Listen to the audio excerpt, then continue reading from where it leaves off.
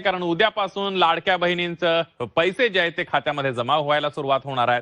October महिन्याचा सन्मान निधी वितरित होणार आहे।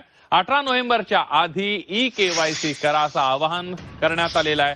मुख्यमंत्री माझी लाडकी बहीण योजनेच्या सर्व पात्र लाभार्थ्यांना ऑक्टोबर महिन्याचा सन्मान निधी वितरित करण्याच्या प्रक्रियेला उद्यापासून सुरुवात होणार आहे। तसंच सर्व लाडक्या बहिणींनी 19 नोव्हेंबरच्या आधी ई-केवायसी प्रक्रिया पूर्ण करण्यात यावी असंही सांगण्यात आलेलं आहे।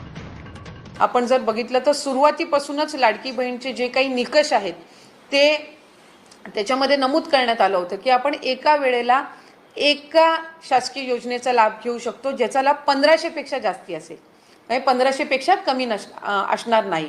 त्याच्यामुळे नमो शेतकरीचा लाभ हा साधारणपणे त्या लाभार्थ्यांना 1000 रुपयाचा लाभ जातो, तर लाडकी बहीण मधनं त्यांना 500 रुपयाचा लाभ मिळणं अभिप्रेत आहे। म्हणजे तो शासनाचा 1500चा लाभ हा त्यांच्या खात्यावर जात असतो। त्यामुळे साधारणपणे नमो शेतकरीचा आम्ही जानेवारी महिन्यापासून ते इम्प्लिमेंटेशन सुरू केलं, म्हणजे त्या लाभार्थ्यांना 1500च्या ऐवजी तिथे 500 लाडकी बहीण आणि 1000 नमो शेतकरी अशा पद्धतीनं झालं।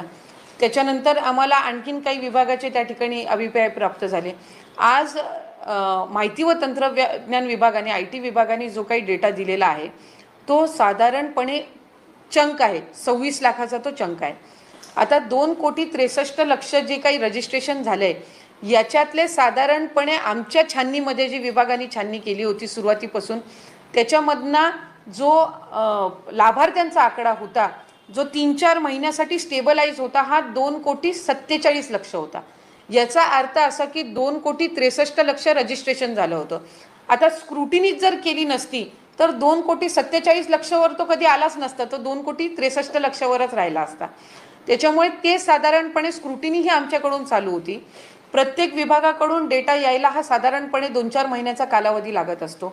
26 लाखाचा जो डेटा आमच्याकडे आत्ता प्राप्त झालेला आहे हा जनरल डेटा आहे। याच्यातले असे काही लाभार्थी असतील जे आमच्या पहिल्या स्क्रुटिनीमध्ये सुद्धा त्या ठिकाणी वगळले गेलेले आहेत।